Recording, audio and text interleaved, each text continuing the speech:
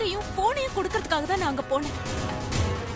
அங்க இந்த மாதிரி ஒரு ஃபங்க்ஷன் நடத்துன்னு எனக்கு தெரியாதுமா. தெரிஞ்சிருந்தா நான் போயிருக்கவும் மாட்டேன். போயிட்டல்ல, போனதுக்கு அப்புறம் உனக்கு தெரிஞ்சதில்ல, உன் கையில போன் இல்ல, ஒரே ஒரு வார்த்தை, அம்மா இங்க இந்த மாதிரி ஒரு விழா நடந்துட்டு இருக்கு, எல்லாரும் இங்கதான் இருக்காங்க, நீங்க ஆர்த்திய உடனே அனுப்பி வைங்கன்னு ஒரே ஒரு வார்த்தை எனக்கு சொல்லிருக்கலாம்ல. சரி, நீ போய் இவ்ளோ பேசுறது உங்க அப்பா ரசிச்சிருப்பாரு, உங்க அப்பாக்கு கூட இதை சொல்லணும்னு தோணவே இல்ல பாத்தியா?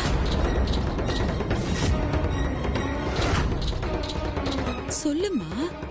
அம்மா, அப்பாவை அவரை அவமானப்படுத்தினதுனால அப்பா ஒரு மாதிரி கலக்கமாதாம இருந்தாரு.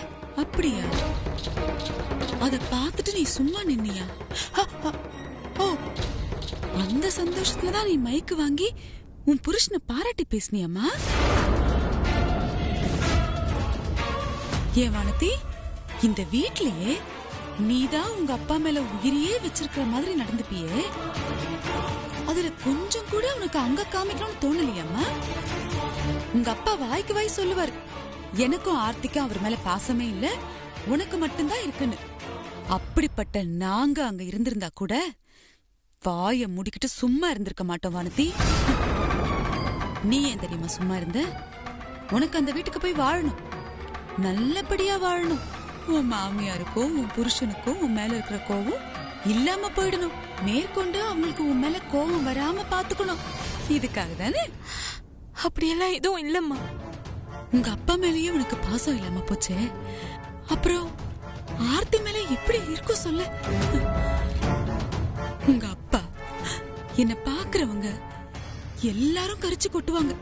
நான் உன்னை என் வயித்துல பிறந்த பொண்ணா பாத்துக்கல, எங்கிருந்தோ எடுத்து வளர்த்த பொண்ணுன்னு தான் அடிக்கடி சொல்றேன். ஏன் நீ கூட நான் அப்படித்தானே நினைச்சிருப்ப? சரி, நீங்க எல்லாம் நினைக்கிற மாதிரி நான் ரொம்ப கெட்டவதான், ரொம்ப கொடுமைக்காரிதான். ஆனா நீ நல்லவதானே? சொல்லு, நீ என் வயித்துல பிறந்த பொண்ணா இருந்திருந்தா இப்படி பண்ணிருப்பியா?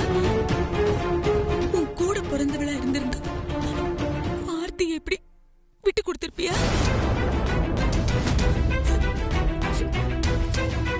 உன்கிட்ட நான் இதை எதிர்பார்க்கல வானதி. நீ அழற, அழ வேண்டியது நான் தான், நீ இல்லம்மா. என் வயித்துல பிறந்திருக்கா பாரு, அவளை நினைச்சு நினைச்சு நான் தான் அழணும். அவள் வாழ்க்கை என்ன ஆக போதோ ஏதாக போதுன்னு நான் தான் அழணும். ஆர்த்தி மேல எனக்கு அக்கறை இல்லையே அம்மா. அம்மா கொஞ்சம் யோசிச்சு பாருங்க, நீங்க ஆர்த்திக்கும் ஜீவாவுக்கும் கல்யாணம் பண்ணி வைக்க பிளான் பண்ணிருக்கீங்கன்னு அவர் எனக்கு போன் பண்ணி சொன்னாரு. அத அம்மா கிட்ட சொல்லி கல்யாணத்தை உடனே நிறுத்துன்னு சொன்னாரு. நானும் அம்மா கிட்ட சொல்லலான்னு தான் போனேன். ஆனா எனக்கு கல்யாண கோலத்துல ஆர்த்தி தான் கண்ணுக்கு தெரிஞ்சா.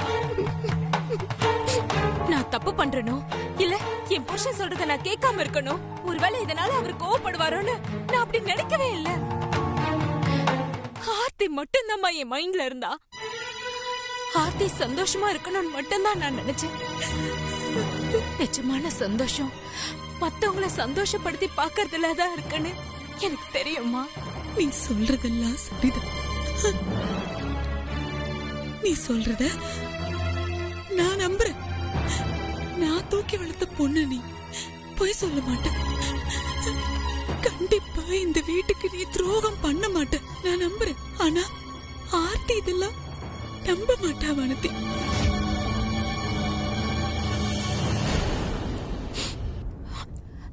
அம்மா, அதுக்கு நான் என்ன பண்ணணும்? அம்மா சொல்லுங்க, அதுக்காக நான் என்ன பண்ணணும்?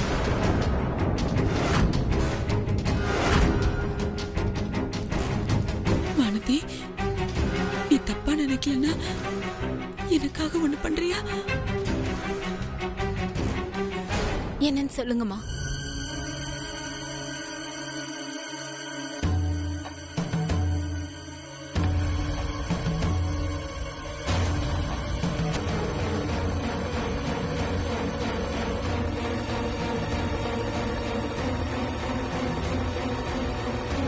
நீ திரும்ப அந்த வீட்டுக்கு வாழ போற நிலைமை வந்ததுன்னா எந்த சூழ்நிலையிலயும் நீ ஆர்த்தியை விட்டுட்டு போக கூடாது வானதி. என் தங்கச்சி வந்தாதான் நானும் வந்து வாழ்வேன்னு நீ உறுதியா சொல்லணும். சொல்லுவேன்னு எனக்கு சத்தியம் பண்ணு.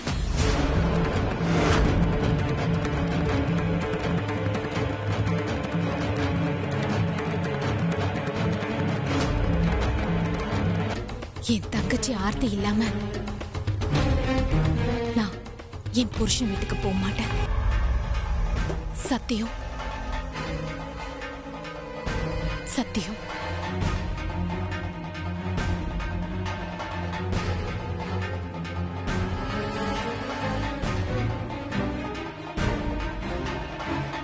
வானதி, இப்போ நான் சொல்றத கேட்டு நீ தப்பா எதுவும் நினைச்சிடக்கூடாது. எல்லாம் உங்க 2 பேருக்காக தான். உன்னையும் ஆர்த்தியையும் அந்த வீட்டுல கொண்டு போய் நல்லபடியா வாழ வைக்கிறதுக்கு அம்மா ஏதோ ஏதோ செய்வேன்.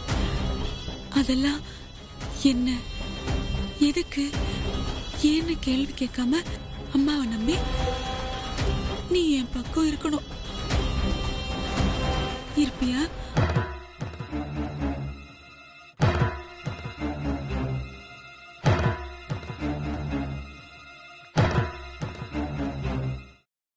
சரிம்மா.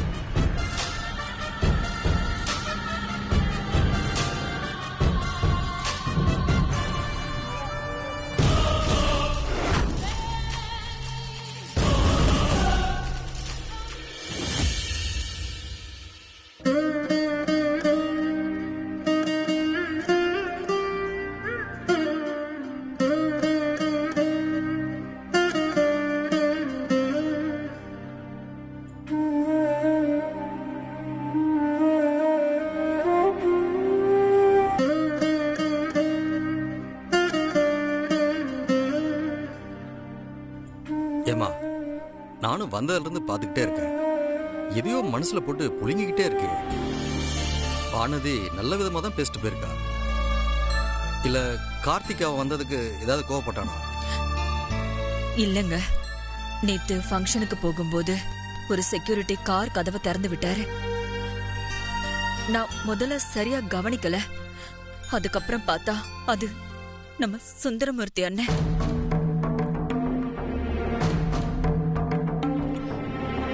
எதுக்கு அவரு இப்படியெல்லாம் கஷ்டப்படணும்? வேலைக்கு போகணும்னு நினைச்சிருப்பாருமா. அவசரத்துக்கு அந்த வேலை தான் கிடைச்சிருக்கும். கௌரவம் பார்க்காம அந்த வேலையை பார்க்கறது அவருக்கு வேணா சந்தோஷமா இருக்கலாம். ஆனா அவரை என் கூட பிறந்த அண்ணனா நினைச்சு எனக்கு தாங்க ரொம்ப கஷ்டமா இருந்துச்சு. கேட்கிற எனக்கே கஷ்டமா தான் இருக்கு. என்ன செய்யலாம் ராஜி? அத தாங்க நானும் யோசிச்சுட்டு இருக்கேன். அவருக்கு ஏதாவது செய்யணுங்க. பாவம் அவரு. வாழ்க்கையில இங்க வந்ததுக்கு அப்புறம் தான் நான் அமுதா கூட சண்டை போடாம நிம்மதியா இருக்கேன்னு சொல்லுவாரு. அவங்க எந்த நம்பிக்கையில திருச்சிக்கு போகாம இங்கே இருக்காங்க தெரியல ராஜி. நாம அவங்கள மன்னிச்சு ஏத்துப்போங்கிற ஒரு நம்பிக்கையில தாங்க இருப்பாங்க. ஆனா கார்த்திக் நாளுக்கு நாள் அவங்க மேல கோவப்பட்டுக்கிட்டே இருக்கான். சுந்தரமூர்த்தி அண்ணன் கார்த்திக் கார் கதவையும் திறந்து விட்டாருங்க. அவரை இன்சல்ட் பண்ற மாதிரி கார்த்திக் நடந்துகிட்டதா கேள்விப்பட்டேன். அதுதான் மனசுக்கு ரொம்ப கஷ்டமா இருந்துச்சு. கார்த்திக் இருக்கிற மனநிலையில அவன்கிட்ட ஏன்னு கேட்கவும் முடியல. அவர்கிட்டயும் எதையும் மனசுல வச்சுக்காதீங்கன்னு அப்படின்னு சொல்லவும் முடியல. என்ன நடக்க போகுதுன்னே தெரியலங்க. நீ மனசு உடைஞ்சி வருத்தப்பட்டு பேசும்போதெல்லாம் கூடியே இருந்து கேட்டுட்டு இருக்கிற மாதிரி கடவுள் உனக்கு நல்லது செஞ்சிருக்காரு. இனி எல்லாமே நல்லதுதான் நடக்கும். நீ கவலைப்படாத ராஜி.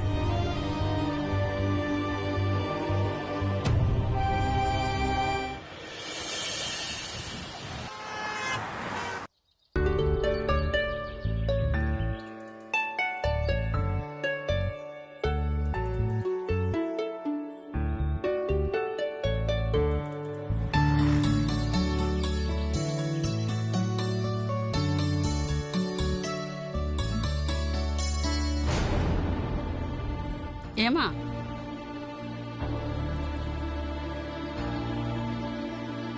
நீ ராஜேஸ்வரி அம்மாவோட மருமக தானே? ஆமா. நீங்க? நான் யாருங்கிறது இருக்கட்டும், நீ ஏன் இப்படி வேகாத வெயில் அலைஞ்சுக்கிட்டு இருக்க? கார்ல போயிட்டு ஏசி ரூம்ல வாழறத விட்டுட்டு ஏமா உனக்கு இந்த கஷ்டம்? நான் ஜீவா தம்பி கல்யாணத்துக்கு வந்திருந்தேன். அங்க நடக்கிறதெல்லாம் பார்த்தேன். நாயை கூப்பிட்டு நடு வீட்டுல வச்சாலும் புத்தி மாறாதுன்ற மாதிரி. எங்க என்னென்னமோ பேசுறீங்க? யார் நீங்க? நான் யாரா இருந்தா என்ன, ராஜேஸ்வரி அம்மாவுக்கு வேண்டப்பட்டவங்கன்னு வச்சுக்கோ. போன் பண்ணி தரேன், ராஜேஸ்வரி அம்மா கிட்ட பேசுறியா? போன வாரம் நான் உங்களை பார்த்தேன். எப்பவும் சிரிச்சுக்கிட்டே இருக்கிற அவங்க முகம் ரொம்ப கவலையா இருந்துச்சு.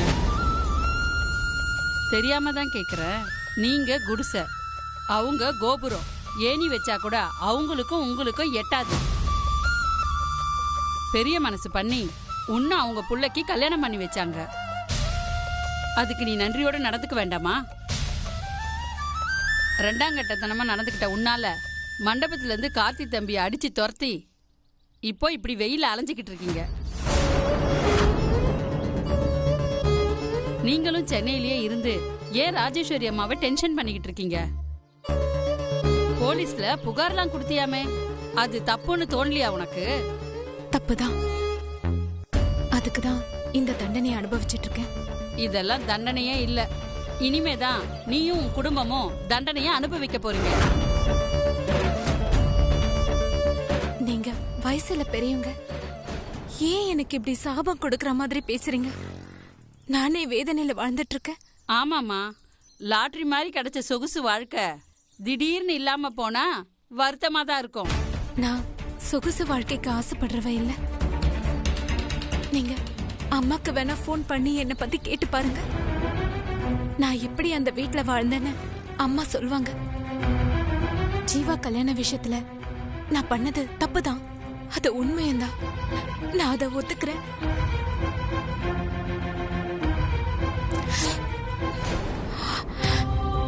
எனக்கு வருத்தம் இல்ல அம்மாவை நான் பார்க்காம இருக்கிறதும், அவங்களோட மனச நான் கஷ்டப்படுத்திட்டேன்றதும் தான். இந்த போலீஸ் கேஸ் இதெல்லாம் என்ன சுத்தி இருக்கிறவங்க நான் மறுபடியும் அந்த வீட்டுக்கு போகணும்ன்ற ஆசையில பண்ணதுதான். அதுக்கும் எனக்கும் எந்த சம்பந்தமும் இல்ல. ஆனா இந்த சின்ன விஷயத்தால அவங்க அவமானப்பட்டு நிக்கிறாங்க.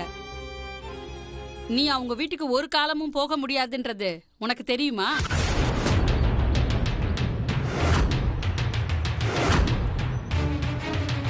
உனக்கு கிடைச்ச புருஷன், உனக்கு கிடைச்ச மாமியாரு எல்லாமே ஒரு கனவு. நீயே அதை கலைச்சுக்கிட்ட. நீ மட்டும் ஊருக்கு போயிட்டா ராஜேஸ்வரி அம்மா சந்தோஷமா இருப்பாங்க. அப்ப என்னோட வாழ்க்கை, என் புருஷன் எல்லாத்தையும் மறந்துட வேண்டியதுதான்.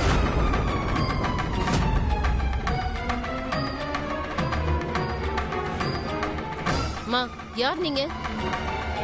ஏன் இந்த பொண்ணு ரோட்ல அழ வச்சு வேடிக்கை பாக்குறீங்க? பாவம், அதுவே புகுந்த வீட்டுல ஏதோ பிரச்சனைன்னு பிறந்த வீட்டுக்கு வந்திருக்கு. பாக்க பெரிய மனுஷி மாதிரி இருக்க, அறிவில்ல உனக்கு? இப்ப நீ போறியா இல்ல 4 பேரை கூப்பிட்டுமா? போன்னு சொல்றேன்ல.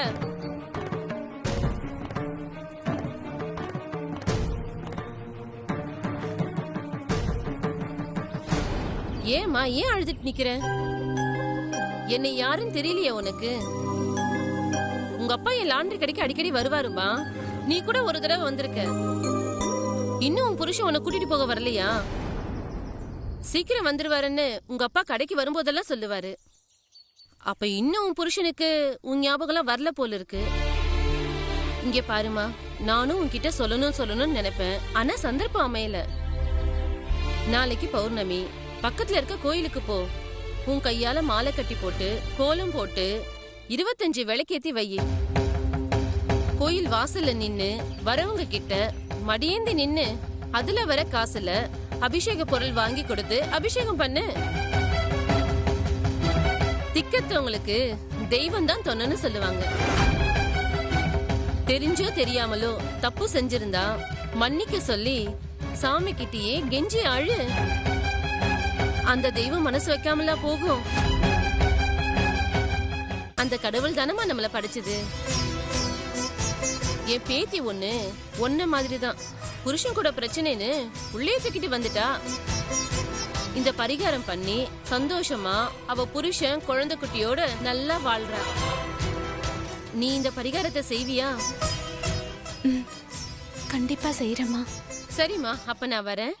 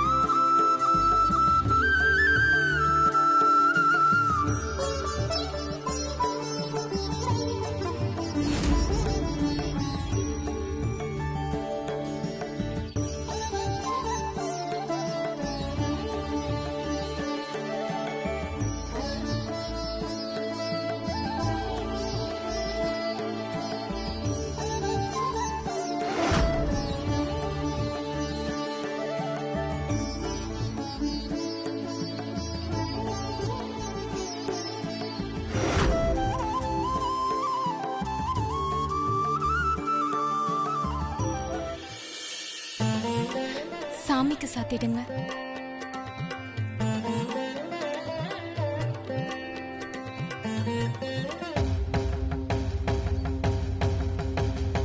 நானும் என் புருஷனும் நான் உயிரே வச்சிருக்கிறேன் என் அம்மா ராஜராஜேஸ்வரியும் மறுபடியும் ஒண்ணு சேரணும்.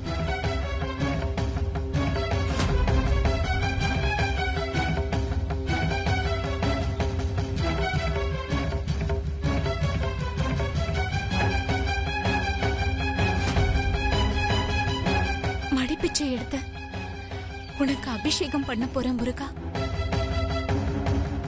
நீதான் என்ன ஆசிர்வதிக்கணும்.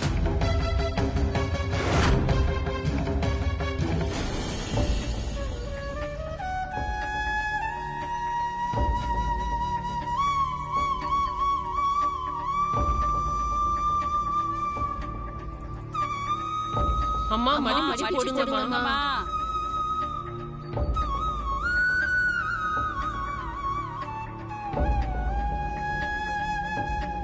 அம்மா மடிப்பிச்சு போடுங்கம்மா. மடிப்பிச்சு போடுங்கம்மா. அம்மா மடிப்பிச்சை போடுங்க. அம்மா மடிப்பிச்சு போடுங்கம்மா. அம்மா நன்றிம்மா.